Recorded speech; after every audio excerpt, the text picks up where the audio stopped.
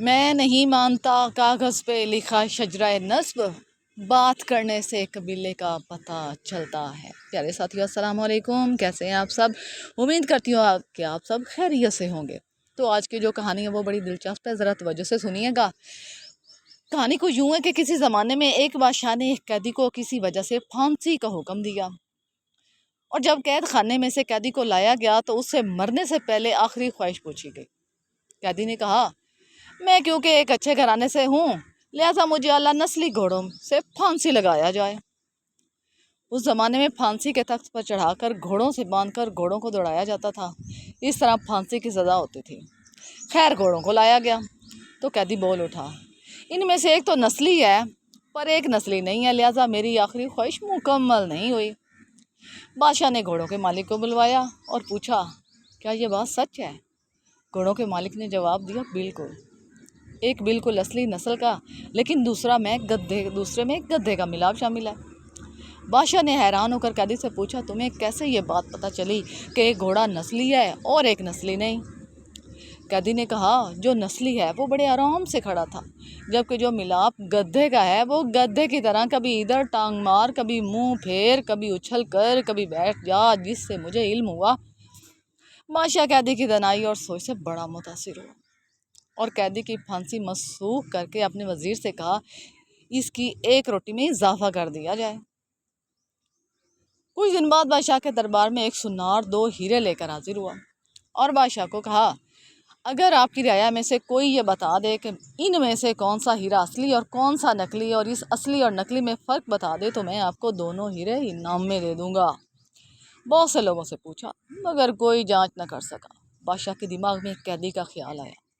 بادشاہ نے اس کو دربار میں حاضر ہونے کا حکم دیا۔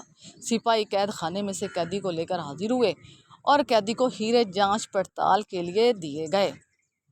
قیدی نے کچھ ہی لمحوں میں بتا دیا کہ ایک اصلی اور دوسرا نقلی ہے۔ بادشاہ نے پوچھا، تمہیں کیسے پتہ چلا؟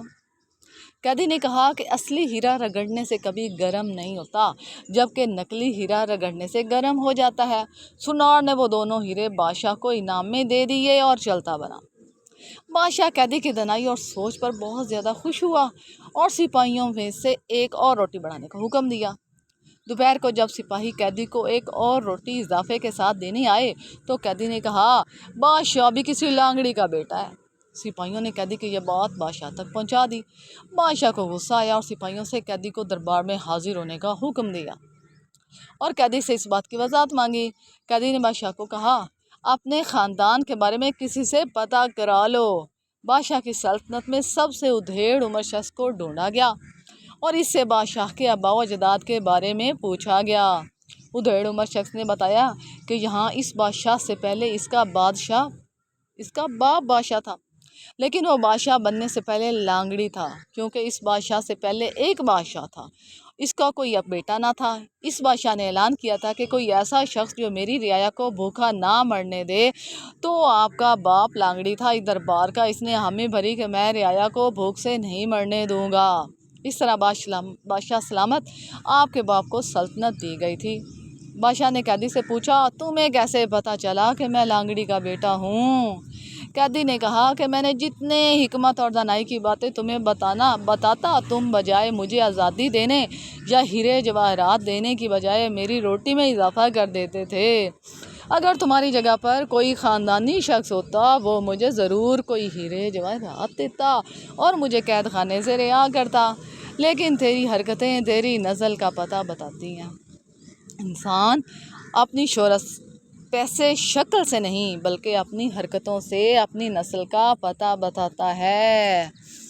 تو پیارے ساتھیوں، کیسی لگی آپ کو یہ کہانی؟ اگر یہ آپ کو اچھی لگے تو پلیز اس کو لائک کیجئے، شیئر کیجئے اور میرے چینل کو سبسکرائب کیجئے۔ اللہ حافظ۔